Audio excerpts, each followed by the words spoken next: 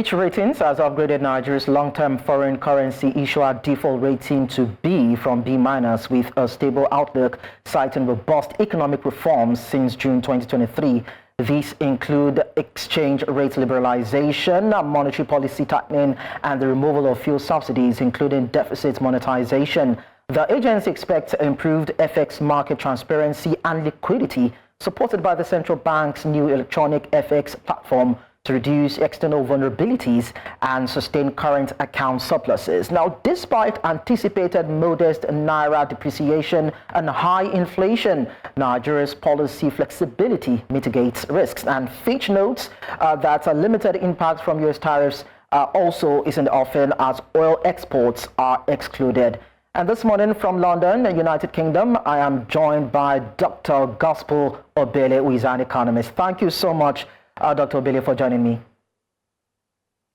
Thank you very much, Jacob, for having me. Great speaking with you today. Of course, I can actually see the upgrade, Nigeria, Dr. Obele, which is quite good. But then let's look at the matter on the ground. Now, the IMF had consistently told Nigeria to stay the course on its reforms, that it would pay off. And despite the harsh economic realities that came with that, Nigerian government has, stick through to that, the reforms that actually, it put on board. But then, does it now look that those reforms are now paying off, looking at these latest Fitch ratings?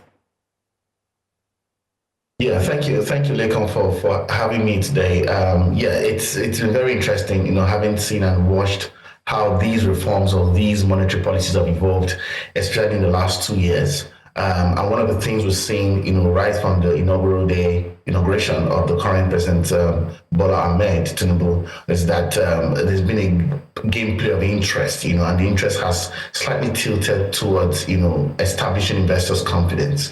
And one of the key strands that informs or strengthens investors' confidence in the local economy is actually the level of stability in that local economy. Now, stability is very relative, and what we've had over time has been a very, very fluctuating situation of the naira to foreign exchange in terms of the exchange rate, and even very unstable monetary policy space, as it were. So what we've seen recently has been a case where policies have been used to sort of stabilize the market, even though that has not been effectively the best use when it comes to Nigerian people facilitating growth and development for the real sector in the local economy. We've also seen that it's strengthened investor stability or investors' confidence at a level, and those are the metrics upon which the Fitch ratings were built on. Not to say that those policies have translated into improved growth prospects for the local economy, but they've strengthened investors' confidence. So you've seen that stability across the exchange rate. You've seen monetary policies evolved.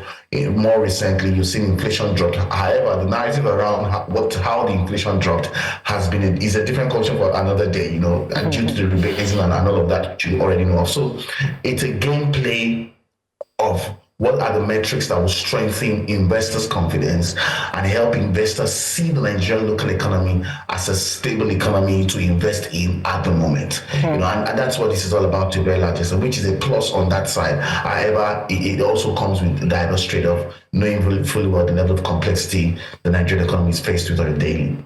Well, I've always known you to be one of those that criticize the policies of government, and then some other economists even have actually considered these policies of government and said that they're orthodox. I'm talking about the exchange rate liberalization, monetary policy tightening, the steps to end deficit monetization, and the removal of fuel subsidies.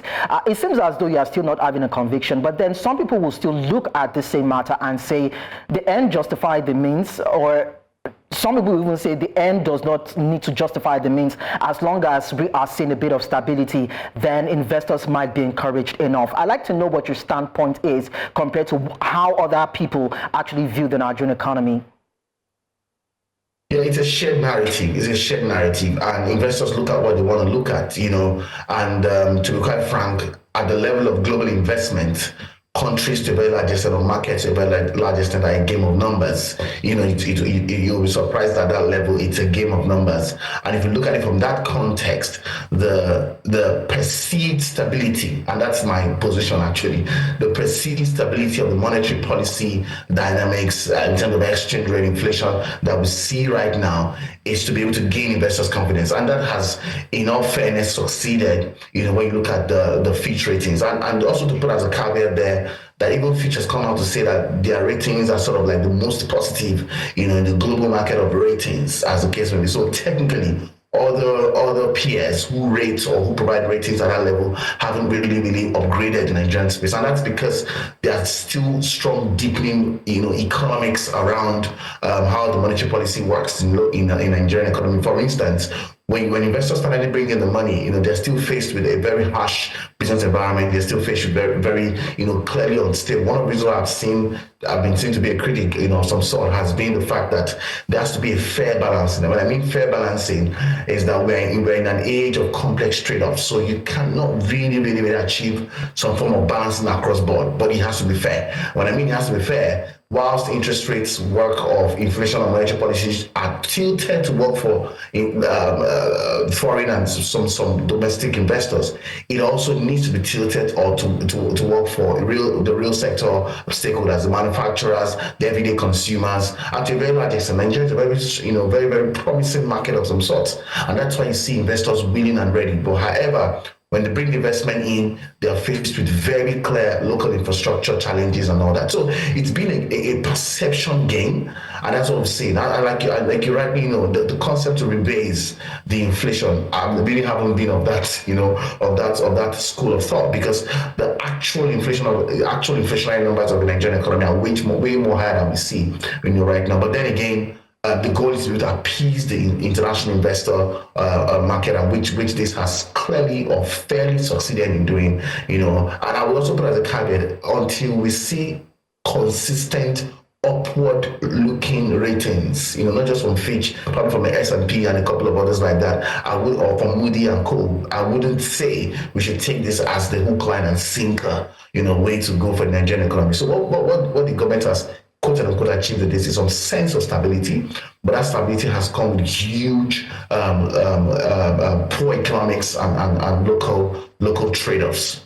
So does that mean that Fitch's expectation that the macroeconomic policy stance will sustain improvements in the functioning of the FX market and support the move to lower inflation is erroneous? Because if we are looking at what's on paper and we are looking at perception, one will need to draw a line and look at reality. And I'm trying to find out what the reality is that Nigerians should actually, be holding on to. Yeah, I wouldn't say the metrics or the computations or the assertions or positions, safe to say, by Fitch is erroneous. We can't confidently say that, to be quite frank. What we can say in context, if you look at the briefings from Fitch, its position was still hinged on the assumption that the central bank governor and the fiscal authorities will continue that light. And they also made mention of the fact that Trump's tariff system does not impact on the oil and gas market specifically the oil sector at the moment and all that. So again, not as much conversations happened around the non-oil space, which is technically the real sector that really drives growth. I mean, if you go look at the Nigerian GDP spread at the moment, it's unfortunate that the real sector drives the growth. However, the oil sector drives the revenue. So it's, again, a game of numbers, like I mentioned earlier. So I wouldn't say the judgments are erroneous. I would say, looking at the briefings, it's still hinged on government following this path. But what my argument would be is the need for some fair distribution of how policies are being woven to ensure that you don't appease international institutional investors, but also enable the real sector, which is where the job creation dynamics comes in, which is where the cost of living, the standard of living, and the key developmental indicators comes to the fore. And also safe to say, like I mentioned earlier on, until we see a consistent upgrade, emphasis on constant upgrade in the Nigerian credit rating or market outlook by all the players like S&P, Moody's, and other, we cannot confidently say that this is what it is. So safe to say, it's at best still a perceived state of stability. All right, so let's look at CBN's introduction of an electronic FX matching platform and new FX code. How would you describe that decision or intervention, so to speak, in terms of FX liquidity? Well, I mean, to start with, the central bank is doing a great work to, as much as possible, stabilize the market. And those efforts or activities or policies are part of the things that Fitch has taken into consideration. So we can't completely rule out the fact that the game has been towards efficiency and effectiveness of the FX market, which would technically impact on, in quote unquote, again, the establishment of the exchange. The reason I keep saying in quote unquote is because I strongly believe that the stabilization of the Nigerian exchange rate is still hinged on closing the supply gaps of the FX, as well as probably even not really import substitution, technically replacing many of the how would I put it? Creating a structure to sort of disincentivize the need, for FX or reduce the demand for FX. So this will fix your local healthcare system, ensure that payments across borders are efficient, and those are the things that make Nigeria a tourist attraction and all that. Those are the kind of things that really place a lot of demand. Fix the education sector. Once you begin to fix those sustainable or structural issues, realize that there's going to be some form of balancing. And all right. So but back again to the question is to say that the goal has been to sort of deal around with the sort of ensure that some form of effectiveness with how the FX landscape currently works. However, that is still very hinged on supply, demand dynamics, and the fact that majority of the FX transactions or activities are still done across leakages. I mean, people literally latching on the leakages that are currently existing, the multi-layered processes of engaging FX transactions and all of that. So it's a good step in the right direction. However, lots of thinking through and sustainable approaches, need to be moving, as well as partnership with the fiscal authorities, to sort of identify a more sustainable approach to dealing with Nigerian FX issue, which, in my opinion, I think is more structural than one-off activity-based policies. And earlier on, Dr. Obele, you actually talked about you need to see some sort of positive, consistent trajectory in the ratings before you are convinced. And when you look at the situation in Nigeria, we still see some Nigerians complaining about the pangs of the economic realities they are being made to face every single day. And the government has always spoken about the need for Nigerians to give its policies more time. Would you advocate for that, probably in the next few months, and we begin to see some changes and begin to see some growth in terms of the ratings too? Well, I agree, because there've been a lot of policy inconsistency and policy incoherence, which you know about already. So there's always the need to ensure that policies play out. But again, it's a function of the right policies, because if you have the wrong policies, they will also play out over a period of time. So it's a game of ensuring that the right policies are in place to start with, and ensuring that the right policies are giving time to play out. But then again, when you think about the right policies also need enablers to play out correctly. Otherwise, in context to incoherence or inconsistency of policies, if the wrong policies being matched the right policies over a period of time, you can then see some form of regressive progress, in context. So you're making progress by taking 3 steps back first to make 1 progress. So I think that's more or less where I stand with this. But then again, policies have to be much more structural in terms of how they're being taken. They must be more reflective of the structural issues.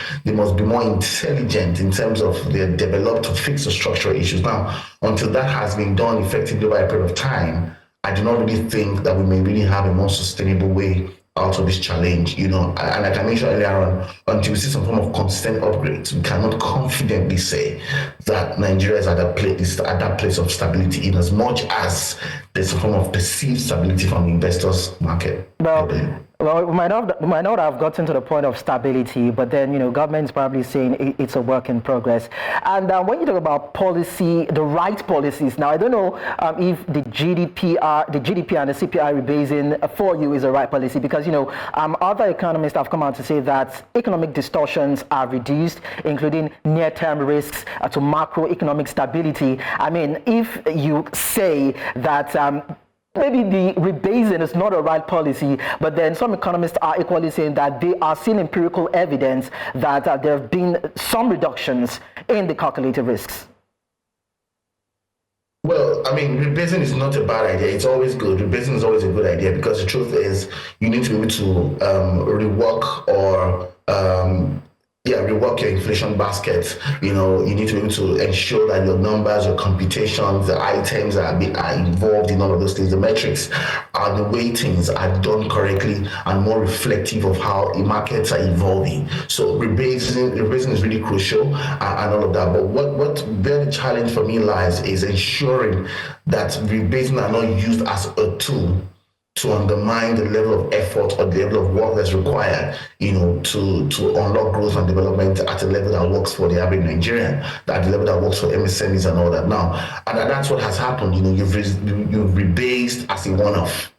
But the cluster of policies around the day-to-day delivery of economic value and product exchange of economic value has not really been reflective, when it comes to growth dynamics, real sector growth, reducing unemployment and all that. And in all fairness, Nigerians also know that the cost of bread in the last 3 months is not the cost today. That cost of unit per item of consumption has also increased over time. So it again doesn't align in terms of how the rebasing impacts on the day-to-day priorities of the average Nigerian, which also brings questions around economic principles, economic theories, and all that. Unfortunately, it's just a case of poor economics. But sound economics will always ensure that the policies required to deliver structural reforms are at work. And if you need to then rebase off the fact that markets are evolving and you need current contextual data to work with, then it makes more sense. So it's just a thing of ensuring that rebasing are not a one-off. And in this case, they've been used as a one-off tool to intentionally bring down inflation. We've seen over a period of time that the Nigerian market is different. So constantly increasing interest rates was a big it was really counterproductive when it comes to bringing down inflation numbers. And what happened at the end of the day, the move to rebase the inflation or to reward the inflation basket in quotes, which I still think wasn't as comprehensive as it should be, and all that. So again, these conversations and these approaches still leave rooms for systemic leakages, which may come back to be more counterproductive in the near future. Reasons why I say that the rebasing efforts have to go side by side with more structural policies that actually deliver on economic value for the average Nigerian. All right. So now, are Nigeria's external buffers, from your standpoint, with gross reserves at about $38 billion, would you consider that robust enough to withstand significant external shocks such as the sustained drop in global oil prices? Well, in all sorts of images, I don't consider any of Nigeria's economic numbers enough, what we term as enough buffers for anything. I don't consider Nigeria's numbers as enough buffers for anything. And the reason why I say so is because, take for instance, like if you do a proper account of what the non-oil sector produces on a daily, on a monthly, on a biannual, on an annual basis, then you realize that there's a lot of underreporting, there's a lot of poor revenue mobilization, there's a lot of poor evidence-based collection of that intelligence and appropriate reporting as well. All right, and if you go about it from that context, and there's some form of proper fiscal policies in place as well, you realize that we potentially even have a higher external reserves. The external reserves, if you look at how it's being computed and all that, significantly have been built from the oil sector. But I'm saying to you that sector contributes barely 5% to the Nigerian economy, and you have 95% activities-based now, activity-based or based Nigerian economy driven by non-oil. However, the revenue base of the Nigerian economy hasn't been tilted correctly to reflect the current activity. So activity doesn't match productivity technically. That's what we're trying to say. So if we look at it in that context, there's a potential for our external reserves to be way more. And in that ideal state of conversation, and not really ideal just because we've failed to do that. It's not the ideal state actually. It's what's happening. Our numbers already reflected. Our GDP numbers are very clear on the non-oil. If we do what is right, our external reserves will be way higher. Then we can talk about, holding on shocks and all that. Second is the fact that if you look at Nigerian budget, constantly over a period of time, I keep saying, using this illustration everywhere I speak, to say that the Apple brand alone, the brand value of Apple is times 3 of a Nigerian budget, annual budget. All right, so there was a gross level of expectation, low expectation, even on the revenue side and the expenditure side, on what is required to kickstart development, investment, prosperity, and sheer economic productivity across board. So if you look at the fact that there's a gross undermining of the effort, a gross undermining of the numbers, gross we've not appropriately utilized our channels properly, you see that we are not in the real sense in a place where we can take on these shocks Our current reserves can't take on any shocks in the real estate. We don't hope for it to happen, but if another pandemic hits now, another severe pandemic, I'm not really sure Nigeria will be able to hold it together, But in the actual sense, we should be able to, if we do what is right, Well, nobody's actually hoping for a pandemic. I understand it could be very devastating. So I understand. So thank you so much. I'm Dr. Gospel Obele. Of course, I'm an economist, and we actually appreciate the fact that you're able to share your profound knowledge of Nigeria's economy with us and what needs to be done to actually drive some sort of growth. Of course, one other thing you've always talked about is structural reforms. And now it's about getting the policies right. And that's the only way that we can translate what is on paper into actual reality for the economy. It was nice talking to you. I've learned a lot.